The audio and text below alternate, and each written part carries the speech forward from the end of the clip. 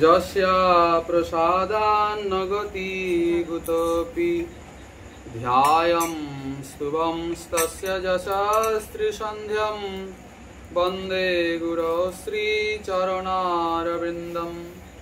वाञ्छाकल्पतरुभ्यश्च कृपासिन्धुभ्य एव च पतितानां पावनेभ्यो वैष्णवेभ्यो नमो नमः। नमोऽस्त्रिकालसत्याय जगन्नाथसुताय च सभृत्याय सपुत्राय सकलत्राय ते नमः। आजानुलम्बितभुजौ कनकावदातौ संकीर्तनैकपितरौ कमलायताक्षौ विश्वम्भरौ द्विजवरौ युगधर्मपालौ वन्दे जगत्प्रियकरौ करुणावतारौ आनन्दलीलामयविग्रहाय हेमाभदिव्यच्छविसुन्दराय तस्मै नमो महाप्रेमरसप्रदाय चैतन्यचन्द्राय नमो नमस्ते। बर्हापीडं नटवरवपु कर्णयो कर्णिकारं बिभ्रद्वासं कनककपिशं वैजयन्तीं च मालं रन्ध्रान् वेणुरधरसुधया पूरयन् गोपवृन्दैर्बृन्दारण्यं स्वपदरमणं प्राविशद्गीतकीर्ति।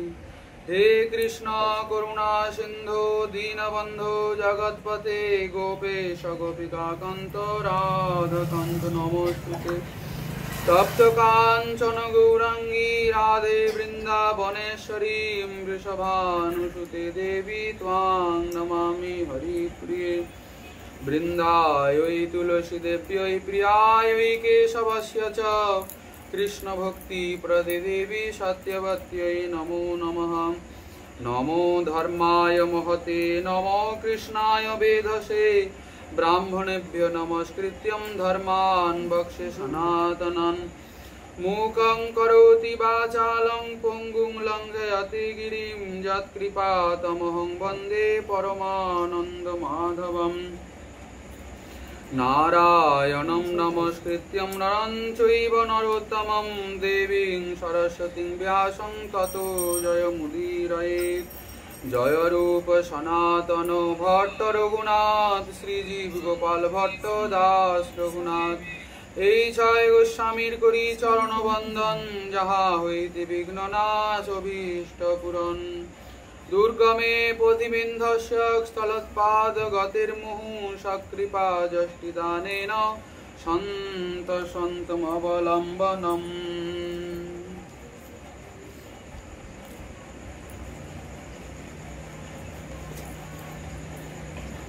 প্রভু কহে ইহ হয় আগে কহ আর, রায় কহে প্রেম ভক্তি সর্বসাধ্য সার। কলি পাবনাবতার সর্বাবতার সার শিরোমণি সর্বাদ্ভুত চমৎকার লীলা কল্লোল বারিধি প্রেম পুরুষোত্তম শ্রী শ্রী রাধা মাধব মিলিত বিগ্রহ পরতত্ত্ব সীমা শ্রী শ্রীমন গৌরাঙ্গ মহাপ্রভুর অত্যন্ত প্রিয় পার্ষদবর্জ নিত্যানন্দ করুণা ঘনমূরতি গৌড়ীয় সম্প্রদায় আচার্যবর পরম পূজ্য পাদ শ্রী শ্রীল কৃষ্ণদাস কবিরাজ গোস্বামী চরণ তদীয় শ্রী শ্রী চৈতন্য চরিতামৃত মহাগ্রন্থরত্নের অষ্টক পরিচ্ছেদে মধ্যলীলার পরিচয় দিচ্ছেন। প্রভু কহে এহ হয় আগে কহ আর, রায় কহে প্রেম ভক্তি সর্বসাধ্য সার। এই প্রেম ভক্তি বর্ণন প্রসঙ্গে আমরা বিধি ভক্তি এবং সাধন ভক্তির অভিধেয়ত্ব বর্ণন করেছি গতকালকে। শ্রীমদ রূপ গোস্বামী চরণ এই যে নববিধা সাধন ভক্তি তার মধ্যে বাকি যে 64 ভক্তি অঙ্গ থাকেন তার বর্ণনা করলেন।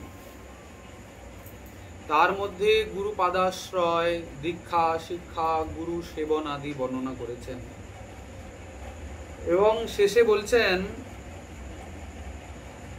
যে সাধু সঙ্গ, নাম কীর্তন, ভাগবত শ্রবণ, মথুরা বাস, শ্রদ্ধায় শ্রীবিগ্রহ সেবন, সকল সাধন শ্রেষ্ঠ এই পঞ্চ অঙ্গ, কৃষ্ণ প্রেম জন্মে এই পাঁচের অল্প সঙ্গ। এই যে 5 প্রকারের সাধনা দেখাচ্ছে,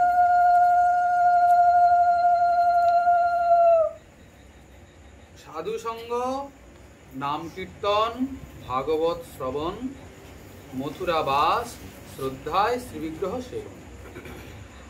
আমরা এই ভক্তি অঙ্গগুলো পূর্বে বিস্তারে আলোচনা করে এসেছি, এই জন্য এ বিষয়ে আর বিশেষ করে না গিয়ে আমরা প্রেমভক্তি সম্পর্কে আলোচনা করব।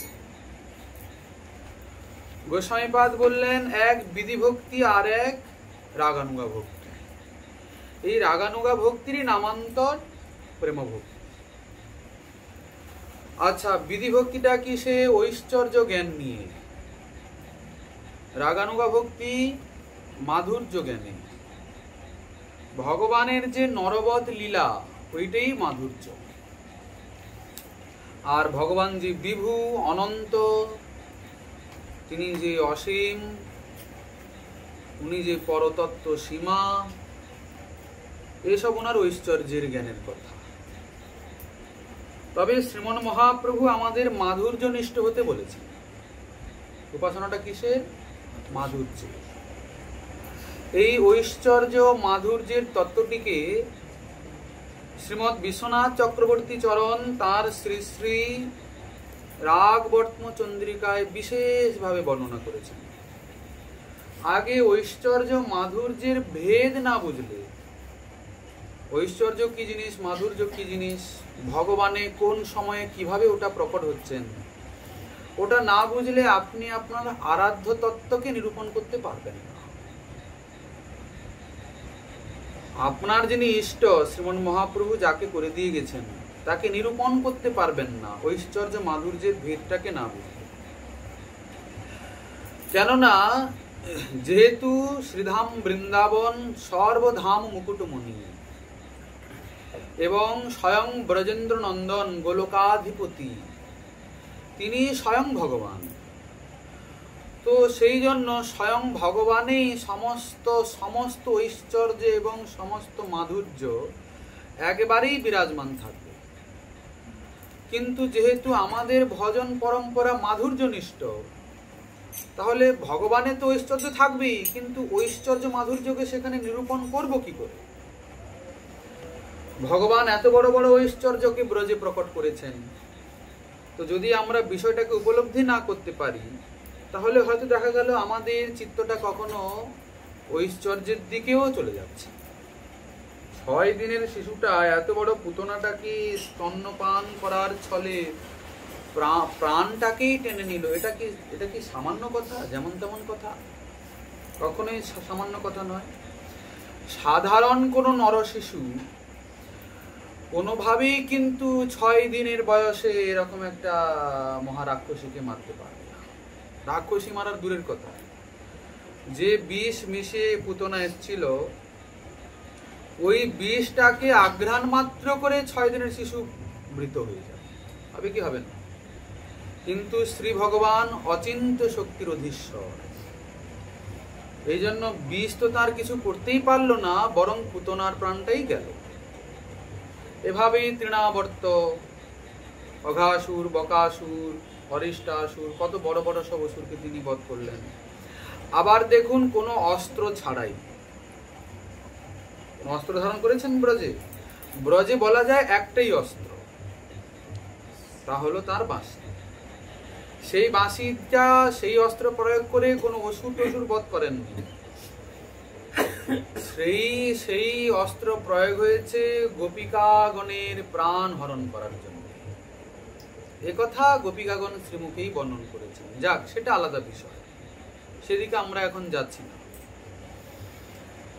তো কোনো অস্ত্রই ধারণ করেননি, কিন্তু কত বড় বড় মহা অসুরকে বধ করেছেন। ওইসব অসুরগুলোর জীবনী ঘাঁটলে বোঝা যাবে বড় বড় দেবতা পর্যন্ত ওদেরকে পরাভূত করতে পারে, এত ভয়ঙ্কর ভয়ঙ্কর অসুর।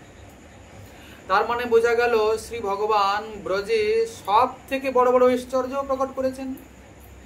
কিন্তু দেখুন, ব্রজের থেকে বেরিয়ে গিয়ে রথ লাগলো, অস্ত্র লাগলো, সারথি লাগলো, একবারে কবচ টবচ পরিধান করতে হলো, না হলে যুদ্ধ করবেন না, যুদ্ধ করতে পারবেন না। কি ব্রজের থেকে বেরিয়ে সর্বপ্রথম ওনার যুদ্ধ হলো কার সঙ্গে? কংসের সঙ্গে হলো। বলরাম ওখানে কি করলেন?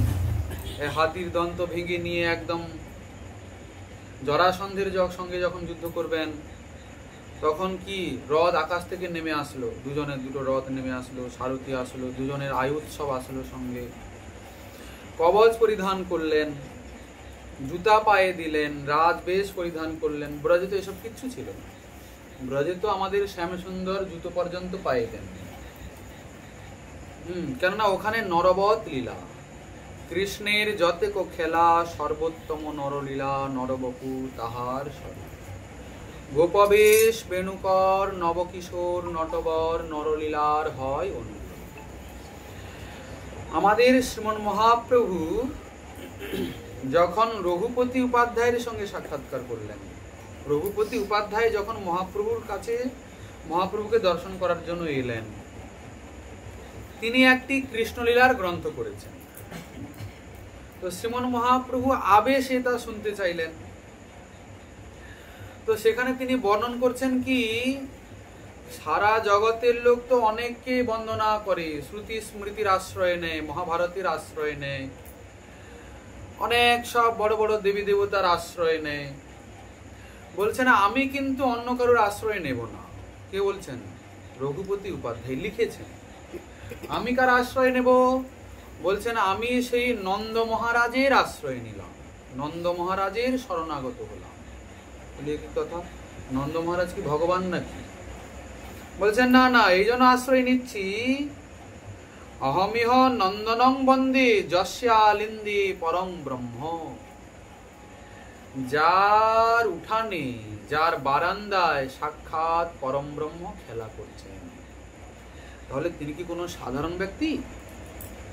এই জন্য আমি ওনার শরণাগত হলাম, সাক্ষাৎ পরব্রহ্ম।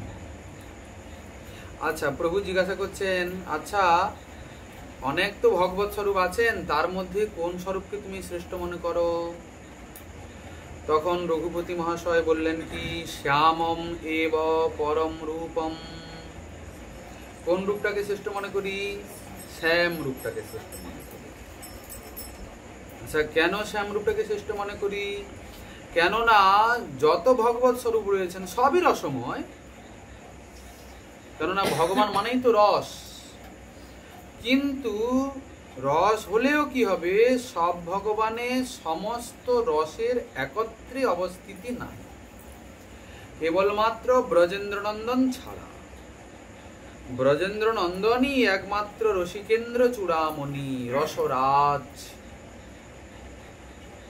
রসিকেন্দ্র মৌলি। কেননা ইনাতে সমস্ত রস একসঙ্গে বিদ্যমান। অন্যান্য ভগবত স্বরূপে কোথাও কোথাও কমতি বাড়তি রয়েছে, রস আছেই, রস ছাড়া ভগবত স্বরূপ হতে পারে না। কিন্তু ব্রজেন্দ্রনন্দনে সমস্ত রসই আছে। আচ্ছা, এটার একটা সিদ্ধান্ত গোস্বামীপাদ বলেছেন যে পূর্ণ ভগবান অবতরে যেই কালে আর সব অবতার তাতে আসেনি। নারায়ণ চতুর্ভুজ মৎস্য আদি অবতার, যুগমন্বন্তার অবতার যত আছে সবে আসি কৃষ্ণ অঙ্গে হয় অবতীর্ণ, হইছে অবতরে কৃষ্ণ ভগবান পূর্ণ। আচ্ছা, তাহলে কি যখন অবতার হলো, অন্যান্য অবতার বর্গ প্রকট হলো, তখন কি ভগবানের থেকে কিছু রস কম হয়ে গেল? বলছেন না, তিনি সর্বদা পূর্ণ, তার থেকে নিয়ে নিলেও কিছু যায় আসে না, দিয়ে দিলেও কিছু যায় আসে না। পূর্ণমিদ পূর্ণমদ পূর্ণাৎ পূর্ণমুদচ্যতে পূর্ণস্য পূর্ণমাদায় পূর্ণমেবাবশিষ্যতে। তিনি সর্বদাই পূর্ণ, উনার কখনো কিছু কমেও যায় না, বেড়েও যায় না। উনি তো সর্বদা রসিক, রসিক শিরোমণি। কিন্তু তারপরেও আবার যখন তিনি স্বয়ং রূপে আসেন, তখন অন্যান্য অবতার বর্গ তাদের যে যে যার রস নিয়েও তার মধ্যে সমাবিষ্ট হয়। তো আমাদের তো শ্যামসুন্দরের ভজন দেখিয়েছেন। এখানে একটি বিশেষ কথা হলো এই, শ্যামসুন্দর কিংবা স্বয়ং ভগবানের ভজন প্রেমের দ্বারাই হয়, ঐশ্বর্য জ্ঞানে তার ভজন হয় না। এটা হচ্ছে মুদ্রা কথা। কেননা সেবা তো জীব করবে, আমরা তো বারবার আলোচনা করে এসেছি। সেব্যের সুখের দিকে লক্ষ্য রেখে যে সেবা, সেটাই হলো প্রকৃত সেবা। আর তিনি তো নিজেই আকাঙ্ক্ষা করছেন যে মোর পুত্র, মোর সখা, মোর প্রাণপতি এইভাবে করে যে বা মোরে শুদ্ধ ভক্তি, এটাই হলো শুদ্ধ ভক্তি। তো আমি সর্বভাবে তাহার কাছে বশীভূত হয়ে যাই, তার কাছে আপনারে বড় মানে আমারে সমহীন, সর্বভাবে হই আমি তাহার অধীন। এই দেখুন কিসে হলেন? প্রেম ও ভক্তিতে হলেন। সর্বতভাবে তিনি বশীভূত হয়ে গেলেন। এই প্রেম কি করে আসলো? বলছেন লালসা থেকে আসলো, লোভ থেকে। গোস্বামীপাদ বলছেন লোভ এব প্রবর্তক। বিধিভক্তি কোথা থেকে আসলো? বলছেন শাস্ত্র শাসন থেকে আসলো, ভয় থেকে আসলো। কিসের ভয়? মৃত্যু নামক ভয়। জড় জগতে ত্রিতাপ জ্বালা, জন্ম মৃত্যুর চক্র থেকে নিষ্কৃত হব, এই ভয় থেকে ভগবানের যে ভজন, তার থেকে হলো কি? বিধিভক্তি। ওখানে একটা বিশেষত্ব এই, ভগবানের ভজন করছেন ঐশ্বর্য জ্ঞান নিয়ে এবং ভগবানে মমতা শূন্য হয়ে। সম্বন্ধ একটা আছে, কি সম্বন্ধ? প্রভু এবং দাস সম্বন্ধ। এর বেশি আর কোনো সম্বন্ধ ওখানে হওয়াটা সম্ভব নয়। বিধিভক্তে পার্শ্বদেহে বৈকুণ্ঠেতে যায়, আর রাগ ভক্তে ব্রজে স্বয়ং ভগবান পায়।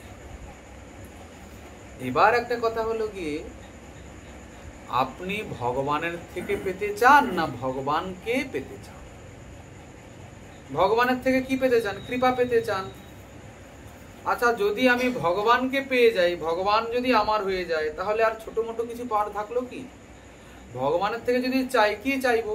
হয় না হয় বৈকুণ্ঠ চাইবো, আর না হয় অন্য কিছু চাইবো। কিন্তু ভগবানের চতুষ্পাদ যে বিভূতি রয়েছে তা তো পাবো না। যদি শ্রী ভগবানকে স্বয়ং পেয়ে যাই, তাহলে সবই পাওয়া হয়ে গেল। এই জন্য বলছেন যে যারা যারা বিধি ভক্তি করছেন, তারা পার্শ্বদেহ লাভ করে বৈকুণ্ঠে যাবেন। কিন্তু যারা রাগ ভক্তি করবেন, রাগানুগা করবেন, তারা ব্রজে স্বয়ং ভগবানকে পাবেন। আচ্ছা, ভগবানকে পেয়ে কি করব? সেইখানে যুগল কিশোরের যে নিভৃত নিকুঞ্জে লীলা মাধুরী, সেই প্রেম মাধুরীর আস্বাদন করব, যুগলকে সেবা করে সুখী করব, এবং তারা সুখী হলে আমি স্বয়ং আপনি আপ সুখী হব। একে বলা হয় স্বরূপ উল্লাস। ওখানে নিজ সুখের কোনো অনুসন্ধান থাকে না।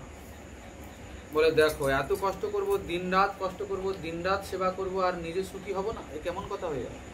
বলে না, ওর জন্য কোনো অনুসন্ধান করতে হয় না। যেহেতু জীবের স্বরূপটাই হলো সে নিত্য দাস, ওই সেবা করাই ওর পরম ধর্ম। সেবা করলে ও নিজে নিজে ওর ফল সুখ পাবেই। ওটাকে কি বলে? স্বরূপ উল্লাস। অতএব ওর জন্য কোনো চেষ্টা করতে হবে না সাধক। আচ্ছা, এই যে যুগল কিশোরের সেবা করে সে কি সুখ আস্বাদন করবে, এই বিষয়টা এই জায়গাতে এই প্রসঙ্গে বলে বোঝানো সম্ভব নয়। ওর জন্য আমাদের রসক গ্রন্থের আলোচনা চাই।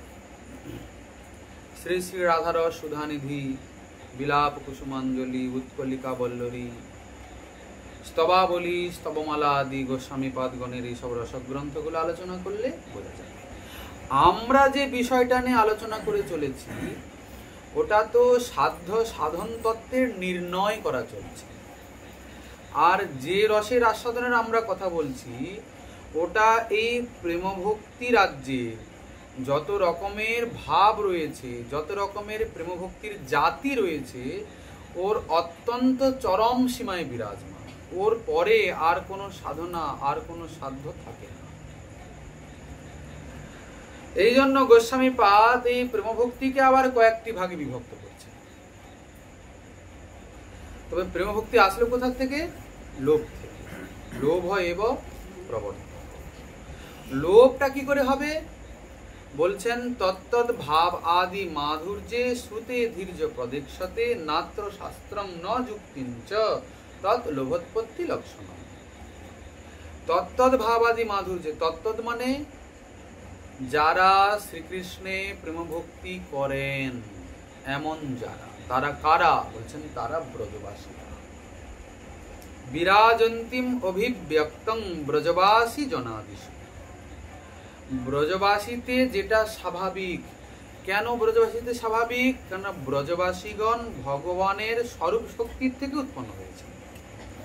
কেননা শ্রী ভগবান নিজ স্বরূপ শক্তি ছাড়া অন্য কোন তত্ত্বে বিলাস করেন না। অন্য কারুর সঙ্গে তিনি লীলা আস্বাদন বা লীলার আচরণ করেন না। তার সঙ্গে করেন তার নিজ স্বরূপ শক্তির সঙ্গে। মায়ায় মোহিত জীব সচ্চিদানন্দময় ভগবানের সঙ্গে কি লীলা করবে? তাই কি না? ভগবানের ভিতর এবং বাইর সবই সচ্চিদ আনন্দময়। আর জীবতত্ত্ব সে নিজে চিৎ আনন্দময়, কিন্তু সে যে শরীর পেয়েছে সেটা এই যে পঞ্চ মহাভূত, পঞ্চ কর্মেন্দ্রিয়, পঞ্চ গণেন্দ্রিয়, মন, বুদ্ধি, অহংকার, প্রধান, পঞ্চ তন্মাত্র, এই 25টি উপাদানের সমাহার। এই দিয়ে তৈরি এই স্থূল, সূক্ষ্ম এবং কারণ শরীর। কিন্তু শ্রী ভগবানের সূক্ষ্ম স্থূল বলে কোনো বিষয় নেই। ভগবানের ভিতর বাই সবই সৎ চিদ আনন্দ। উনার অন্তরঙ্গা শক্তির গরীয়সী যে আহ্লাদিনী শক্তি, তার উপরে সেই আহ্লাদিনী শক্তিকে আশ্রয় করে নিজে লীলা করেন আর ভক্তগণকে সেই লীলা করে সুখ প্রদান করেন। সেই স্বরূপ শক্তিরা, স্বরূপ শক্তির প্রকাশ বিলাসী হলেন ব্রজবাসীরা। বিভিন্ন ধামে রয়েছেন, বিভিন্ন লীলাতে সব নিজের স্বরূপ শক্তি, কিন্তু ব্রজবাসীদের মতো ওনাকে ভালোবাসতে অন্য কেউ পারে না। এই জন্যে ব্রজবাসীগণে যে প্রেম সাক্ষাৎ রূপে আপনি আপনি বিরাজমান, তাদের আত্মার সঙ্গে সম্বন্ধযুক্ত, এই জন্য তাদের প্রেমকে বলা হয় রাগ আত্মিকা। উনাদের ভাব পরিপাটি, উনাদের সেবা, উনাদের প্রেম ভালোবাসা, ওটাকে শ্রবণ করে, শ্রুতে শ্রবণ করে মানে একবার নয়, শ্রবণ করতে করতে শ্রুতে যদি কারোর লোভ জাগে, সেইভাবে তাকে সেবা করা, তাহলে তিনি বা তার সেই লোকটাই রাগ ভক্তি প্রাপ্তির প্রবর্তক। আর গোস্বামীপাদ বললেন ইনি অধিকারীও, যার লোভ জেগেছে। তেষাং ভাবাপ্তয়ে লুব্ধ ভবেদ অত্র অধিকারবান। তেষাং মানে এই ব্রজবাসীগণ ভাবে যারা লুব্ধ হয়েছেন তারাই এই রাগ ভক্তি প্রাপ্তির অধিকারী। এই হলো প্রেমভক্তি। এখন এই প্রেমভক্তি তো রায় রামানন্দ বললেন, এখন শ্রীমান মহাপ্রভু বলছেন ভালো কথা। প্রভু কহে এহ হয় আগে কহ। বলছেন ভালো কথা বললে প্রেমভক্তি, ভালো কথা, এর আগে কি আছে বলো। আচ্ছা, এর আগে আবার কি থাকতে পারে? এত বড় একটা সিদ্ধান্তের কথা বললেন প্রেমভক্তি, এর আগে আরো? বলছেন হ্যাঁ, প্রেম তো এক রকমের নয়, প্রেম তো অনেক রকমের রয়েছে। প্রেমের জাতি এবং পরিমাণ অনুসারে প্রেম অনেক রকমের রয়েছে। তা সেগুলো কি কি বলো? মহাপ্রভু তো নিয়ে যেতে চাইছেন একদম উন্নত শিখরে, যার আগে কোনো সাধনা থাকবে না, যার আগে কোনো প্রাপ্তির বিষয় থাকবে না, সেইখানে। তো সেই জন্য প্রেমটাকে একটু মন্থন করতে হবে। প্রেম তো বিভিন্ন লোকের চিন্তা ভাবনার অনুসারে বিভিন্ন রকম। আমাদের চিন্তা ভাবনার সঙ্গে ব্রজবাসীর চিন্তা ভাবনা তো মিলালে চলবে না। কি প্রেম তো আবার দুই রকমের, এক হলো নিষ্কাম, এক হলো সকাম, ঠিক না? নিষ্কাম প্রেম, সকাম প্রেম। বলে যেখানে সকাম সেখানে প্রেম থাকে না বললে চলে। গোস্বামীপাদ তাই বললেন, আত্মেন্দ্রিয় প্রতিবাঞ্ছা তারে বলি কাম, কৃষ্ণেন্দ্রিয় প্রতি ইচ্ছা ধরে প্রেম কাম। প্রেমের স্বভাবই হলো নিষ্কামতা, প্রেমের স্বরূপই হলো নিষ্কামতা। প্রেম কখনো সকাম হয় না। কিন্তু তবুও যদি বলা যায় যে ভগবানকে ভালোবাসি, ভগবানেরই ভজন করি, শ্রীকৃষ্ণেরই ভজন করি, অন্য কারুর ভজন করি না, কিন্তু তাকে ভালোবেসে তার থেকে যদি কিছু পাওয়ার ইচ্ছা জেগে গেল, তাহলে প্রেম হলো, কিন্তু সেটা সকাম হয়ে গেল। ওটাতে উনাকে পাওয়া যাবে না, উনাকে সুখী করা যাবে না। আপনি যেহেতু উনার সেবা করেছেন, উনার জন্য সাধনা করেছেন, উনি আপনার সাধনার ফল দিয়ে দেবেন। কেননা ভগবান কখনো অকৃতজ্ঞ নন, তাই কি না? ভগবান সর্বদাই করুণাময়। যে যথা মাং প্রপদ্যন্তে তাং তথৈব ভজন্তে। ওরে মন, কৃষ্ণ কৃপা দেখো না নয়নে, তুমি কৃষ্ণ চিন্তা ছাড়ি মরহে নরকে পড়ি, তেহ চিন্তে তোমার কারণে। গুরু রূপে ঘরে ঘরে মন্ত্র দিয়ে সবাকারে, বৈষ্ণব রূপেতে দেয় শিক্ষা, শাস্ত্র রূপে দেয় জ্ঞান, আত্মা রূপে অধিষ্ঠান, দেখো তার কারে বা উপেক্ষা। দেখুন কৃষ্ণ কৃপা বর্ণনা করছেন। যুগে যুগে অবতরী ধর্মের স্থাপন করি, দুষ্কৃতির করে না সংহার, যিনি এ মমতা করে কি সুখে ভুলেছ তারে, ধিক ধিক জনম তোমার। আপনার অংশে ধরা পৃষ্ঠে ধরি সহে ভারা, মূল দ্বারে সিঞ্চে সিন্ধু জলে, কালোচিত ফল ফুল কারো দণ্ড কারো মূল, শস্য আদি জন্মাইয়া সৃষ্টি পালে। সাধে লইয়া মায়ার বন্ধ, কেনে ঘুচাও সে সম্বন্ধ, যে হরি করুণা এত রূপে, প্রেমানন্দ কহে সুখ মুখে, কৃষ্ণ কৃষ্ণ কহ মুখে, প্রেমানন্দ কহে সুখে, উদ্ধার পাইবে ভবকূপে। এই কেমন করে শ্রীকৃষ্ণের কৃপার বেড়া জালে আমরা ঘিরে নিয়েছি। কিন্তু এটা তার পূর্ণ কৃপা নয়। গোস্বামীপাদ শ্রীকৃষ্ণের করুণাকে দুই ভাগে বিভক্ত করেছেন। তার মধ্যে উনার শ্রেষ্ঠ কৃপা হলো অনুকম্পা। অনুকম্পা চ পূর্ণেপি সস্মিন নিজ সেবাদ্যাভিলাষং সম্পাদ্য, সেবকাদিষু সেবাদি সৌভাগ্য সম্পাদিকা, ভগবৎ চিত্তাদ্রতাময়ী তদ উপকার ইচ্ছা। এই দেখুন অনুকম্পা কাকে বলে। বলছেন ওনার প্রকৃত করুণা হলো সেইটা যাতে তার নিজের সেবার আকাঙ্ক্ষা সাধকের বা ভক্তের হৃদয়ে জাগিয়ে দেন। যদি কোনো সাধকের হৃদয়ে ভগবানের সেবা করার আকাঙ্ক্ষা জেগে যায়, সেবা করার ইচ্ছা জেগে যায়, তাহলে বুঝতে হবে ভগবান এনাকে পূর্ণ কৃপা করলেন। কেননা আমরা পাঠ করি, কীর্তন করি, গ্রন্থ পড়ি, প্রচার করি, প্রসার করি, পণ্ডিত হই, এ হই সে হই, অনেক কিছুই করি, গুরু হই, বৈষ্ণব হই, শিষ্য হই, কিন্তু সবই করি, সেবার দিকে গুরুত্বটা আমাদের তত বেশি থাকে না, তাই কি না? গ্রন্থ পড়তে হবে, নাম জপ করতে হবে, এই করতে হবে, সেই করতে হবে, সারা দুনিয়ার সাধন ভজন করি, কিন্তু সেবার দিকে আমাদের লক্ষ্যটা তেমন থাকে না। তবে না থাকাটাই স্বাভাবিক। কেন? কেননা তার কৃপা হলে তো হবে। সেবা হওয়া কি সাধারণ কথা? ওইটাই হলো ওনার উপকার করার ইচ্ছা। কি শব্দ প্রয়োগ করছেন? উপকার, তদ উপকার ইচ্ছা। উপকারটা কি করবেন না, সেবার অভিলাষটা হৃদয়ে জাগিয়ে দেবেন, সেবা দিয়ে সৌভাগ্য প্রদান করবেন। এটাই হলো ওনার পূর্ণ কৃপা। না হলে আরেক প্রকারের আছে পোষণ। পোষণ এবং অনুকম্পা। পোষণ মানে কি? এইসব যে নাম ধাম রূপ গুণ লীলা এসবের প্রতি একটু আসক্তি জাগিয়ে দেবেন।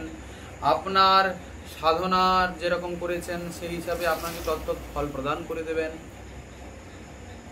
কিন্তু সেবার অভিলাষটা সর্বদা জাগাবেন না। এটা হলো ওনার পূর্ণ কৃপা, যাকে বলে অনুকম্পা। তো এই যে সেবার অভিলাষ, তা আবার সবার হৃদয়ে জাগে না, কেননা সেবা করতে হলে তো প্রেম চাই। প্রেম ছাড়া তো তিনি সুখী হবেন না, হবেন কি? এই জন্য বিশেষ করে ঐশ্বর্য জ্ঞানে, ঐশ্বর্য মার্গে সেবা আদি বেশি লক্ষ্য করা যায় না। সেবা তো করতে হয়, সেবাটা থাকে আনুষাঙ্গিক ভাবে, কিন্তু আমাদের এই রাজ্যে সেবাটা থাকবে মুখ্য অঙ্গ রূপে। বলে কি করে? তাহলে অন্যান্য গুলো কি করবো না? সারা দিন রাত খালি সেবাই করে যাবো? শ্রবণ কীর্তন এগুলো না করলে কেমন হবে? বলে না, সমস্ত ভক্তি অঙ্গই যাজন হবে, তবে সব সেবন মুখে। বলে কি করে? শ্রবণ করছি, মনে করছি যে আমি যে শ্রবণ করছি প্রভু এতে সুখী হচ্ছেন, শ্রবণটা আমার একটা সেবা চলছে। আমি বা শ্রবণ করে কি বুঝবো, কি বা শুনবো? আমার করণটাকে আশ্রয় করে প্রভু শুনছেন। আমি যে কীর্তন করছি আসলে প্রভুকে শোনাচ্ছি, প্রভুকে শ্রবণ করানোর সেবা করছি। মানে কি? এই প্রেমভক্তি রাজ্যে সাধক প্রতিটা ভক্তি অঙ্গকে সেবা রূপে দেখেন। তাহলে সেবাটা মুখ্য হয়ে গেল কিনা? সেবাটা মুখ্য হয়ে গেল। প্রতিটা ভক্তি অঙ্গকে সাধক সেবারূপে পরিগণিত করেন, সেবারূপে তাকে করেন। তখন এটা কি করে হলো না? প্রেমের সাজাত্য দিয়েই হলো। যদি বলা যায় যে না, প্রেম প্রাপ্তির জন্য করছি, তাহলেও সেবাই চাই। সেবা করলে উনি সুখী হলে তবেই তো প্রেম প্রাপ্তি হবে। প্রসন্ন হয়ে কৃপা করে প্রেম দেবেন। আচ্ছা, এবার শ্রীমন মহাপ্রভু বলছেন যে এহ হয় আগে কহো আর। রায় কহে দাস্য প্রেম সর্বসাধ্য সার। কি প্রেম? দাস্য প্রেম।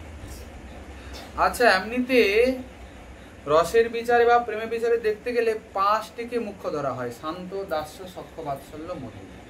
তা শান্তির কথা বললেন না, সরাসরি একবারে দাসে চলে গেলেন যে, তাই তো? সরাসরি দাসে গেলেন কেন? তার আগেরটা বলুন।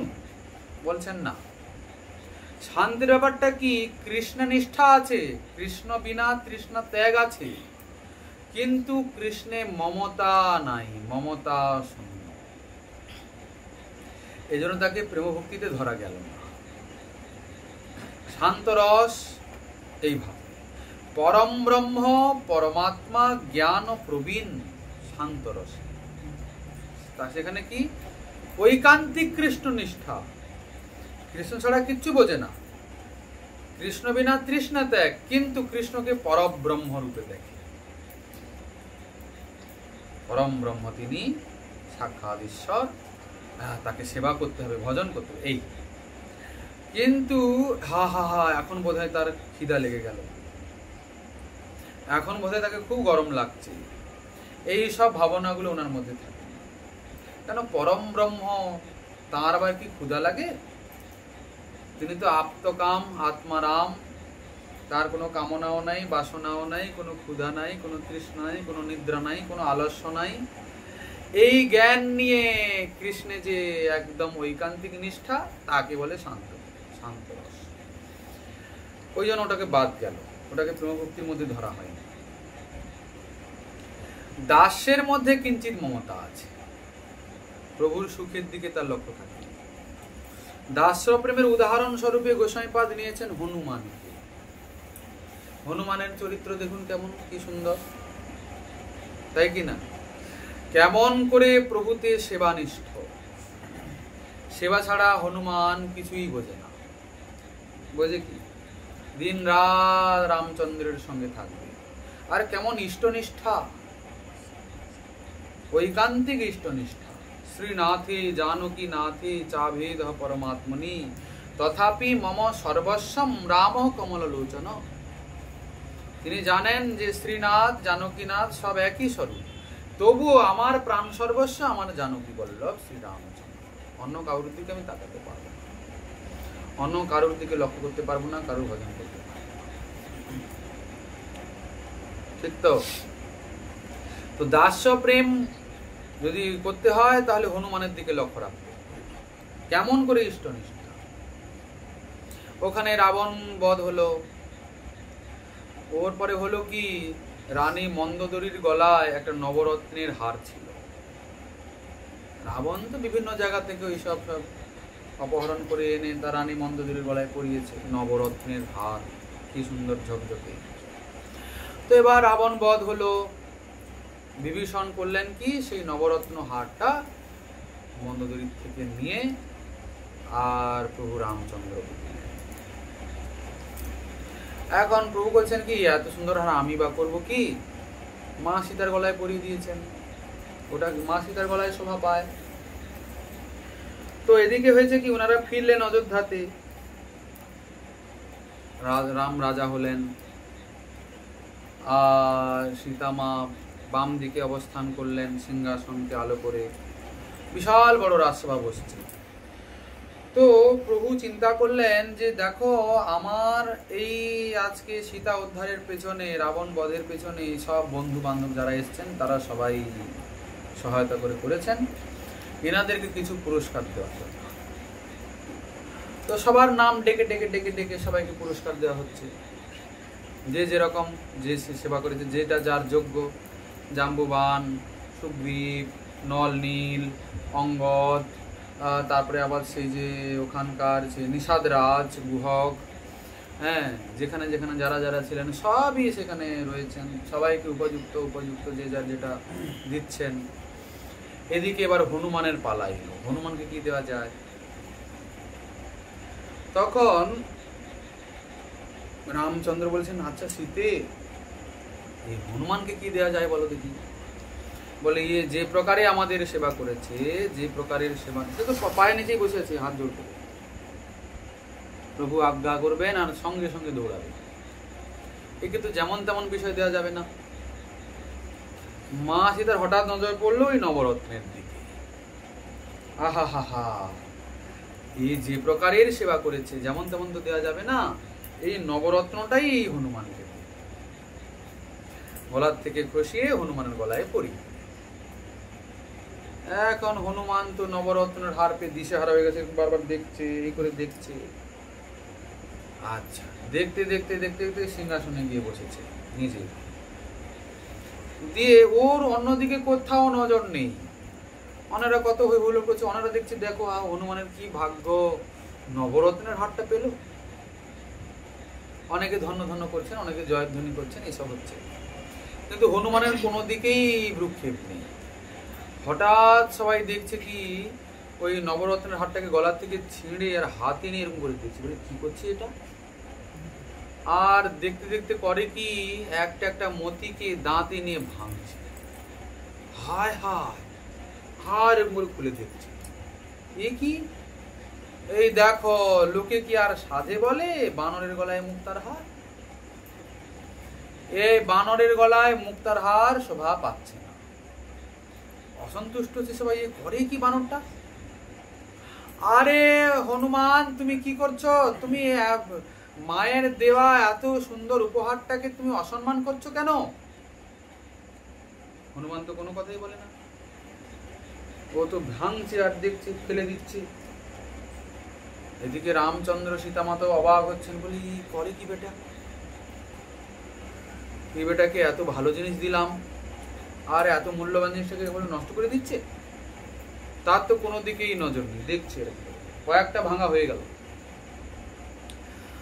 তখন এই সুগ্রীব আর একদম ধৈর্য ধরতে না পেরে বললেন যে, আরে হনুমান, তোমাকে তো বলিহারি চাই, তেমন সেবক তুমি, প্রভুর দেওয়া উপহারটা কিভাবে অসম্মান করছো, কেন ভেঙে ফেলছো তুমি এটাকে? বলে, মহারাজ ক্ষমা করবেন। বলে, হলোটা কি বলো তো কি?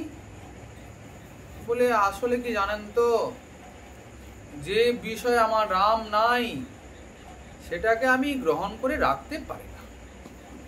ও, তার মানে কি? তারপর আমি দেখছিলাম এর মধ্যে আমার সীতারাম আছে কিনা। আচ্ছা, এত বড় কথা বললে? বলে হ্যাঁ, অত্র তত্র সর্বত্রই তো সীতারাম ছাড়া আমি কিছু বুঝি না। এত বড় মূল্যবান জিনিসটা সবাই বলছে মূল্যবান, কিন্তু আমি এটাকে মূল্যবান বলে মনে করতে পারবো তখন যখন এর ভিতরে আমার রাম সীতা থাকবে। কেননা সম্পত্তি মধ্যে জীবের কোন সম্পত্তি গণি? রাধা কৃষ্ণ প্রেম যার সেই বড় ধনী। এখানে রায় রামানন্দের ইষ্ট রাধা কৃষ্ণ, জন্য রাধা কৃষ্ণের কথা বলছেন। এখানে হনুমানের ইষ্ট রাম সীতা, তো রাম সীতার কথা বলছেন। আমি দেখছিলাম সবাই বলছে মূল্যবান, কিন্তু আমার কাছে এটার মূল্য কত? কিন্তু কই দেখতে পেলাম না। আমি ভাবলাম বোধহয় এর পরেরটার ভিতরে আছে, সেটাকেও ভাঙলাম, সেটাতেও নেই। আর এখন একটা আছে নবরত্ন, 8টাকে ভেঙে ফেলেছে। আরে কি করো কি করো কি করো, তুমি তো মহামূর্খ হে। মুক্তার ভিতরে কোনোদিন রাম সীতা থাকে? বড় বড় কথা বলছো না। আচ্ছা, তোমার ভেতরে কি আছে রাম সীতা? বলে নিশ্চয়ই আছে বই কি। বলো কই কেমন, দেখাও দেখি। তাহলে দেখবো তুমি কেমন, নিজেকেও ভাঙো দেখি তাহলে। এই দেখুন, সবার সামনে দেখতে দেখতে জয় শ্রীরাম বলে আর নিজের নখ দিয়ে হনুমান নিজের হৃদয়টাকেই, বক্ষস্থলটাকে বিদীর্ণ করলেন। সবার দেখতে দেখতে হৃদয়ের মধ্যে সীতারাম প্রকট হলেন। সবাই জয় জয় ধ্বনি করলো, ধন্য হয়ে গেল। দেখো কেমন কি রাম সীতা ছিলেন কিনা জানি না, কিন্তু এমতো যার ইষ্টি নিষ্ঠা, এরকম ভক্তির বাক্যকে সত্য প্রমাণ করবেন না ভগবান, তাহলে ভগবানের তো অকৃতজ্ঞতা দোষ লেগে যাবে। ভগবান রামচন্দ্র আর ভগবতী সীতাকে নিয়ে হৃদয়ে প্রকট হলেন। সবাই দেখলে, ধন্য হয়ে গেল। সেই দিন থেকে হনুমানের একটা প্রভাব বেড়ে গেল। কি সবাই বলছে বাবা হনুমান কোনো সাধারণ নয়, বাবা বিশাল বড় ভক্ত হনুমান। ওর হৃদয়ে দেখছো কি স্বয়ং রাম সীতা বিরাজমান। আরে রাম সীতা থাকুক কি না থাকুক, হনুমান যেভাবে সবার সামনে দেখতে দেখতে এভাবে ছাতিটাকে চিরে দিল, আমরা কি পারবো না? কি বাবা, আমরা তো পারবো না। ও হো হো হো হো হোক, থাক থাক, সেবা করো। এখন হয়েছে কি, হনুমানের পাওয়ার একটু বেড়ে গেছে। এখন তো হনুমান এখনো রামচন্দ্রের থেকে আলাদা থাকে না, সবসময় চিটিয়ে থাকে একদম আঠার মতো। রাত্রে দিনে শয়নে স্বপনে ভোজনে চলনে বলনে সব সময় রাম রাম ছাড়া, রামের সঙ্গে থাকা ছাড়া তার কোনো কাজ নেই। ভালো তো হয়েছে কি, কয়েকদিন হওয়ার পরে একদিন মা সীতা একটু উত্তিষ্ট হয়েছে, একটু অসন্তুষ্ট বোধ করছে। বলছে আরে হনুমান, তুমি এখন ঘর থেকে বেরো। মানে রাত্রিকালে উনার অন্তঃপুরে, এখন রাত্রে তো কক্ষে স্বামী স্ত্রী থাকবেন, অন্য কেউ থাকবে কেন? কিন্তু আজ পর্যন্ত অনেক সহ্য করেছি। হ্যাঁ হনুমান, তুমি ঘর থেকে বেরিয়ে যাও। বলে কেন মা, কেন মা? আরে কেন আবার কি কথা, এখন তোমার সেবা করার জন্য কোনো সেবা নাই। বলেন তার মানে কি? বলে তার মানে হলো এই রাত্রিকালীন সেবাটা আমার করার কর্তব্য, এখন তোমাকে সেবা করতে হবে না, তুমি বেরিয়ে যাও। বলে এরকম তো কোনো কথা ছিল না, এরকম তো কোনো কথা হয় না। প্রভুর সেবা দাস করবে, রাত দিনের আবার কি আছে, আবার অন্তঃপুর বাহিরপুর আবার কি আছে, এটা তো আমার কর্তব্য ধর্ম, আপনি আমার ধর্ম থেকে বিচ্যুত করবেন। বলে দূর বোকা কোথাকার, রাত্রিকালীন প্রভুর সেবা করতে হলে একটা অধিকার চাই, সবাই করতে পারে না। বলে কি অধিকার? অধিকার মানে কি? বলে আচ্ছা দেখো তো এটাকে কি করে বোঝানো যায়। আচ্ছা দেখো, এই যে দেখছো মাথায় আমার লাল লাল সিঁদুর আছে, তোমার আছে কি? বলছে হ্যাঁ তা বটে নাই। এই দেখো, এই লাল সিঁদুরটা প্রভু আমার মাথায় পরিয়ে দিয়েছে, আমি ওনার স্ত্রী হয়েছি, রাত্রিকালীন সেবাটা আমার। যাও যাও, তোমার তো সিঁদুর টিঁদুর নেই, তোমাকে পুরো করায় না। আচ্ছা সিঁদুর থাকলে তবে রাত্রে সেবা পাওয়া যায়? বলে হ্যাঁ। ঠিক আছে, এখন কি করবে? বেরিয়ে যেতেই হবে, মায়ের আদেশ। বেরিয়ে গেল। চিন্তায় পড়েছে কি করা যায়, কি করা যায়, কি করা যায়। মায়ের একটু সিঁদুর আছে বলে রাত্রে সেবা পেল, আমার নেই বলে পেলাম না, কিন্তু সেবা ছাড়া তো আমি থাকতে পারবো না, সেবাই তো আমার প্রাণ। তখন হয়েছে কি,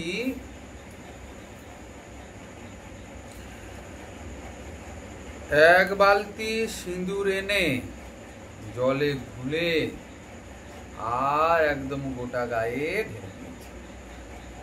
গোটা সর্বাঙ্গ সিঁদুর, সিঁদুর লাল লাল হয়ে গেছে, গোটা সিঁদুর হয়ে গেছে। ভালো, মাঝ রাতে একদম এসে দরজায় ঢুকাচ্ছে। মা সীতার ঘুম ভেঙেছে, এত রাত্রে কি আসলো, এটাকে ঘর থেকে বের করেও শান্তি নেই, ঘরে থাকতেও শান্তি নেই। বাবা দরজা যখন খুলে দেন, হঠাৎ দেখেন কি লাল লাল দাঁড়িয়ে রয়েছে। ভয় পেয়ে গেছেন, আরে কে তুমি, কে তুমি? বলে মা মা মা, ভয় পাবেন না, পেছন থেকে দেখা যাচ্ছে লেজটা নাড়ছে, ভয় পাবেন না। বলে তুমি হনুমান নাকি? বলে হ্যাঁ মা আমি হনুমান। বলে তোমার একই অবস্থা? বলছে মা তুমি তো বলছিলে যে একটু সিঁদুর থাকলে রাত্রি সেবার অধিকারী, তা তোমার একটু সিঁদুর আছে, তুমি রাত্রি সেবা করো। দেখো মা আমার সারা শরীরে সিঁদুর, এবার তো সেবা করতে পারি। এবার আর আদেশের অপেক্ষা নেই, সুরসুর করে ঘরে ঢুকে যাচ্ছে। তখন মা সীতা মাথায় হাত দিয়ে বলছেন, যা কি অবস্থা দেখো। বলে আর কি করা যাবে, বড় ভারী ভীষণ সমস্যা দাঁড়িয়ে গেল। এখন তো আর মোটেও কাজ ছেড়ে যায় না, এখন মাও আর কি করবেন। এখন কি হলো, সমস্ত আত্মীয় পরিজন যারা ছিলেন তাদের সঙ্গে এইসব কথাগুলো আলোচনা হচ্ছে। জানো তো হনুমান কি অবস্থা করেছে, এখন হনুমান এই সব কাণ্ড ঘটাচ্ছে।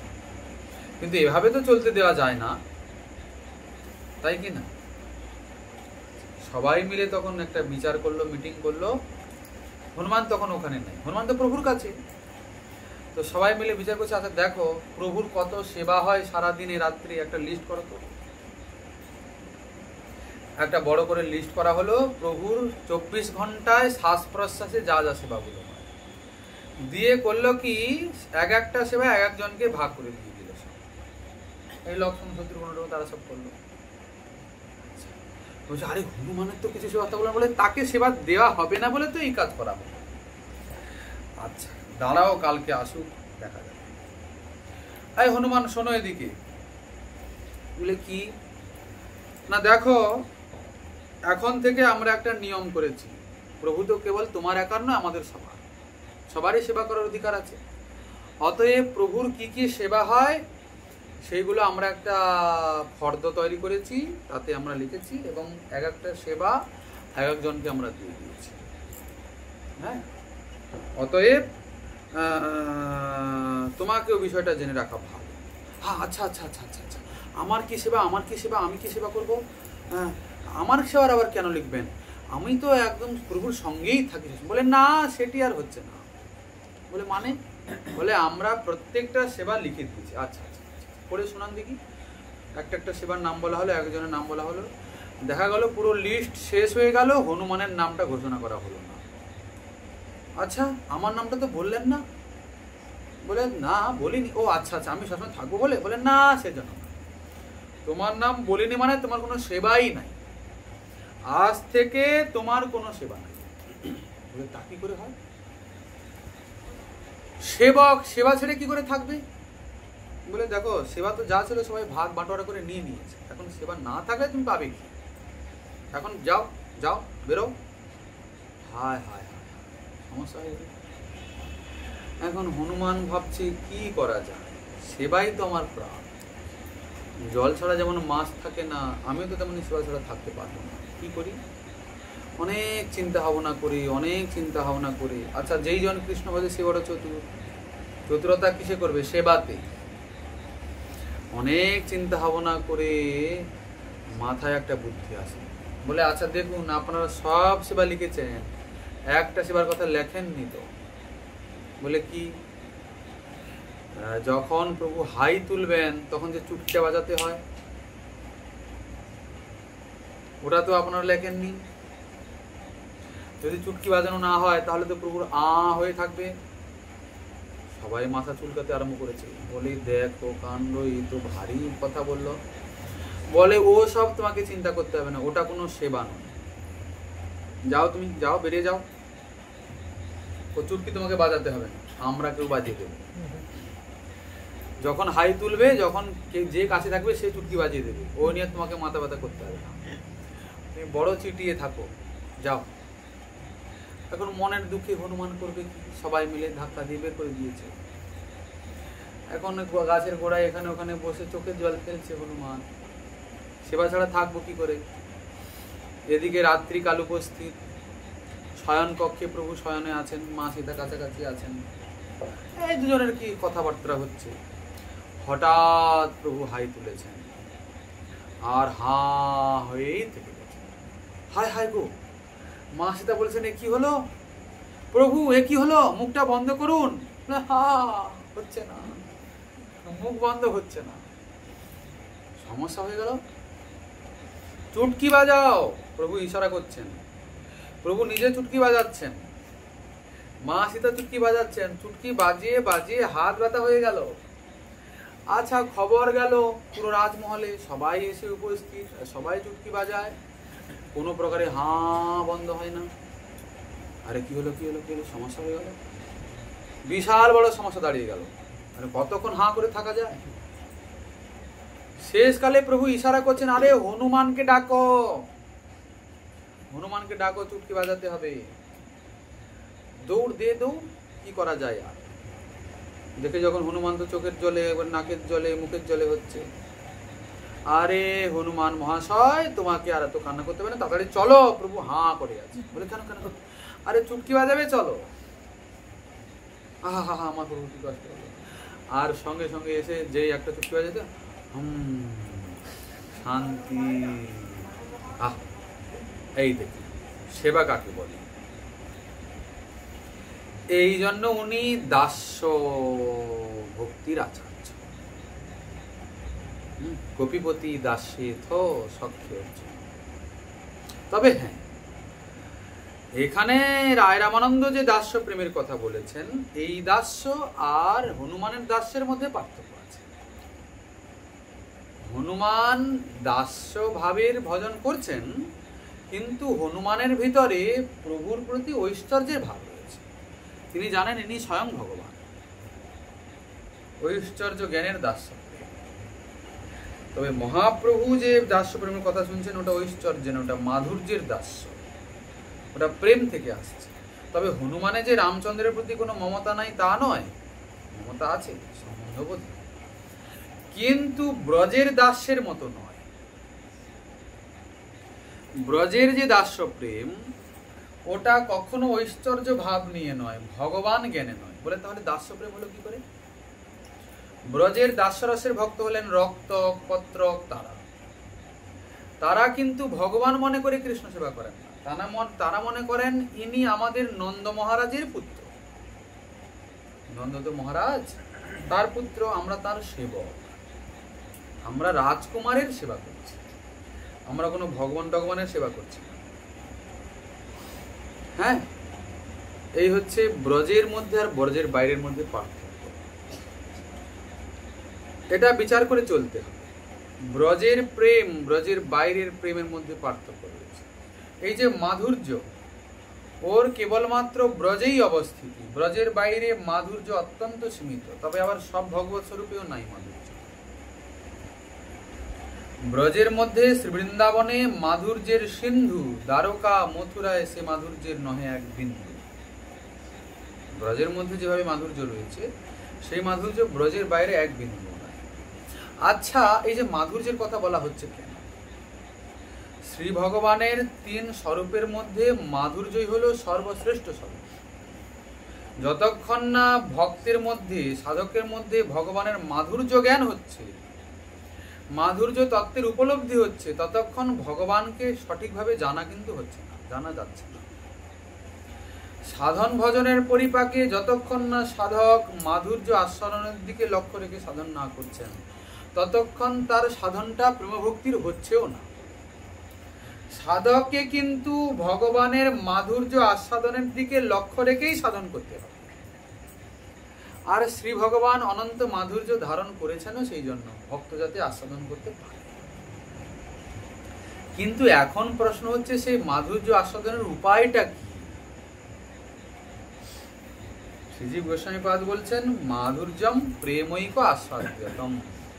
মাধুর্যটা আস্বাদনের উপায় কি? প্রেম। আচ্ছা, প্রেম না হলে মাধুর্য আস্বাদন হবে না। যস্য যাবান প্রেমাস তাবান মাধুর্যম আস্বাদয়তি নতু সর্বে সমানম। যার প্রেমের পরিমাণ এবং জাতি যেমন, তার শ্রীকৃষ্ণ মাধুর্য আস্বাদনও তেমন। আপনার প্রেমের পরিমাণ যেমন, মাধুর্য আস্বাদনও তেমন। আপনার প্রেমের জাতি যেমন, মাধুর্য আস্বাদন তেমন। এই যে প্রেমের পরিমাণ বিষয়ে গোস্বামীপাদ ভাগ করেছেন 4 ভাগে।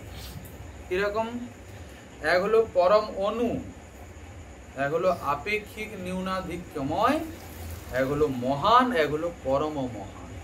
এটা প্রেমের পরিমাণ বলছে। আচ্ছা, পরম অনু মানে কি? মানে একদম ক্ষুদ্র অনু। এটা জীব তত্ত্বের ক্ষেত্রে। জীবের ক্ষেত্রে প্রেমটা পরম অনুমানে প্রাপ্তি সম্ভব। এই জন্যে ভগবত মাধুর্য ও তার পরম অনুরূপেই প্রাপ্তি সম্ভব। যেমন প্রেম তেমন মাধুর্য আসছে। জীবের ক্ষেত্রে এতটাই, এর বেশি জীব পাবে না, অনু পরিমাণে পাবে। আপেক্ষিক নিয়নাধিক্যময় কাদের? নারদাদি ঋষিগণের। যথাবস্থিত, যতটা না হলে নয়, জীবের থেকে একটু বেশি। কিন্তু মহান কোথায়? মহান হচ্ছে ব্রজবাসী গণী। ব্রজবাসী মানে সেখানে সব রসের কথা বুঝতে হবে। দাস্য সখ্য বাৎসল্য মধু মহান সেখানে। এই জন্য শ্রীকৃষ্ণের বশীভূত ভূতত্ত্ব সেখানে সেরকমই পূর্ণরূপে বশীভূত হয়ে আছেন ব্রজবাসীদের কাছে। কিন্তু এই যে পরম মহান, ওটা কেবলমাত্র শ্রীমতী রাধারানী। দেখুন, মধুর রসের পাত্রী সমস্ত গোপিকাগণই, সেখানে সবার মধ্যেই প্রেম মহান। কিন্তু শ্রীকৃষ্ণ সবার চরণকে মস্তকে ধারণ করার ইচ্ছা পোষণ করেন না, বলেন না। চন্দ্রাবলী, তোমার চরণটা আমার মাথায় দাও, বলেন কি? কোথায় বলেন? রাধারানী। হিয়ার মাঝারে উঠে রসের হিল্লোলি, পরশিতে চাহি তোমার চরণের অঙ্গুলি। এই দেখুন, চাহ মুখ তুলি রায়, চাহ মুখ তুলি, নয়ান নাচনে নাচে হিয়ার পুতলি। অভিমান দূর করি চাহ একবার, দূরে যাও সব মোর হিয়ার আধার। রাই কত পর খুশিয়ার, তুয়া আরাধন মোর বিদিত সংসার। তুয়া মুখ নিরখিতে আঁখি ভেল ভোর, নয়ন অঞ্জন তুয়া পারচিত চোর। আমি তোমার আরাধনা করি, সারা জগৎ জানি। লেহ লেহ লেহ রাই সাধের মুরলী, পরশিতে চাহি তোমার চরণের ধুলি। এত ধনে ধনী যেই সে কেনে কৃপণ, জ্ঞানদাসে কহে কে বা বুঝিবে মরম। এই দেখুন কেমন করে রাধারানীতে শ্রীকৃষ্ণ সম্পূর্ণরূপে বশীভূত, অন্নপুত্রাপি। কেননা রাধারানীতে প্রেম পরম মহান, কেমন সুমেরুর মতো। সমস্ত ব্রজাঙ্গনাগণই মহাভাব স্বরূপিণী, কিন্তু রাধারানী মা দোনাক্ষ মহাভাব স্বরূপ। অন্যান্য গোপিকাগণের মধ্যে প্রেম 4টে সর্ষে দানার মতো নয়, রাধারানীর প্রেমের তুলনা। এই প্রেমের পরিমাণ, প্রেমের জাতি কি জিনিস? এই যে দাস্য, সখ্য, বাৎসল্য, মধুর। যিনি দাস্য প্রেমিক, তিনি কখনোই শ্রীকৃষ্ণকে মধুর রসের মতো আস্বাদন করতে পারবেন না। পারা যাবে কি? যিনি সখ্য প্রেমিক, মানে সখ্য ভাবে যেভাবে সখাকে পাওয়া যায়, বাৎসল্যের মতো সেভাবে বোঝা যাবে কি? বাৎসল্যটা মাতা পিতা যারা, তারা অনুভব করতে পারবে। এই প্রেমের জাতি। যার যেমন জাতি তেমন ভাবেই যে তার মাধুর্যকে আস্বাদন করে। এই জন্য গোস্বামীপাদ কৃষ্ণ প্রাপ্তির জন্য কোনো সাধনা দেখাননি, কোথাও বলেননি কৃষ্ণ প্রাপ্তি কৃষ্ণ প্রাপ্তি। যেখানে বলেছেন মনে করতে হবে সেখানে কৃষ্ণ প্রাপ্তি মানেই প্রেম প্রাপ্তির কথা বলা হচ্ছে। পঞ্চম পুরুষার্থ প্রেমানন্দামৃত সিন্ধু মোক্ষাদি আনন্দ যার নহে এক বিন্দু। পঞ্চম পুরুষার্থ রূপে প্রেমকে বলছেন, কেননা প্রেম পাওয়া হয়ে গেলে কৃষ্ণ পাওয়ার আর কোনো বাকি থাকে না। বাকি থাকবে নাকি? আচ্ছা দেখুন, ভ্রমরটা ফুলের কাছে যায় না ফুলটা ভ্রমরের কাছে আসে মধু আস্বাদন করার জন্য? তা সেই ফুল কি ডাকে কখনো ভ্রমর তুমি কোন জঙ্গলে আছো, আসো আমার মধু খাও? কখনো বলে না। ও ভ্রমর আপনি আমি বুঝতে পারে ওই ফুলের মকরন্দের যে সৌরভ চারিদিকে ছড়িয়ে পড়েছে, মকরন্দের আঘ্রাণে ভ্রমর উন্মত্ত হয়ে যায়, উন্মাদ হয়ে যায়। ও আকর্ষিত হয়ে এসে আর ওই কুসুমের মঞ্জরির মধ্যে অবস্থান করে ওই প্রেম মকরন্দের আস্বাদন করে, রস তন্ময় হয়ে গিয়ে। তেমন ভক্তের হৃদয়ে যখন ভাব কুসুম প্রস্ফুটিত হবে আর প্রেম মকরন্দের সৌরভ ছড়িয়ে পড়বে, কৃষ্ণ ভ্রমর তখন না ডাকলেও আপনি আপ আকর্ষিত হয়ে আসবে সেই প্রেম মকরন্দের আস্বাদন করার জন্য। কেন প্রেম প্রাপ্তি হয়ে গেছে না, ও কৃষ্ণ আপনি আপই আসবে। এই জন্য গোস্বামীপাদ সব জায়গাতে প্রেম প্রাপ্তির সাধনাই দেখিয়েছে। এই জন্য আমরা বলেছি প্রথমে শুদ্ধ ভক্তি হইতে হয় প্রেমের উৎপন্ন। প্রেমের উৎপন্ন কোথা থেকে হবে? শুদ্ধ ভক্তি থেকে। আবার বলছেন সাধন ভক্তি হইতে হয় রতির উদয়, রতি গাঢ় হইলে তার প্রেম নাম কয়। রতি মানেই ভাব, রতি মানেই ভাবের স্তর। এই ভাব যখন প্রগাঢ় হয়ে যাবে তখন হয়ে গেল প্রেম। এই প্রেম প্রাপ্তি হয়ে গেলে আর কৃষ্ণ প্রাপ্তি কোনো বাইরে নয়। তখন কৃষ্ণ নিজে চাইবেন আপনার কাছে আসতে, সেবা গ্রহণ করতে। তখন ওনাকে পাওয়ার জন্য আর কোনো সাধনা বাকি থাকে না। আচ্ছা, এই গেল দাস্য। দাস্য প্রেম বলছেন সর্বসাধ্য সাধ। কেন না, যেহেতু দেখো জীবের স্বরূপ হয় কৃষ্ণ নিত্য দাস, কৃষ্ণের তটস্থ শক্তি ভেদাভেদ প্রকাশ, দাস তার সেবা পেয়ে গেল, এই তো সব সাধ্য হয়ে গেল। আর কি বাকি কি?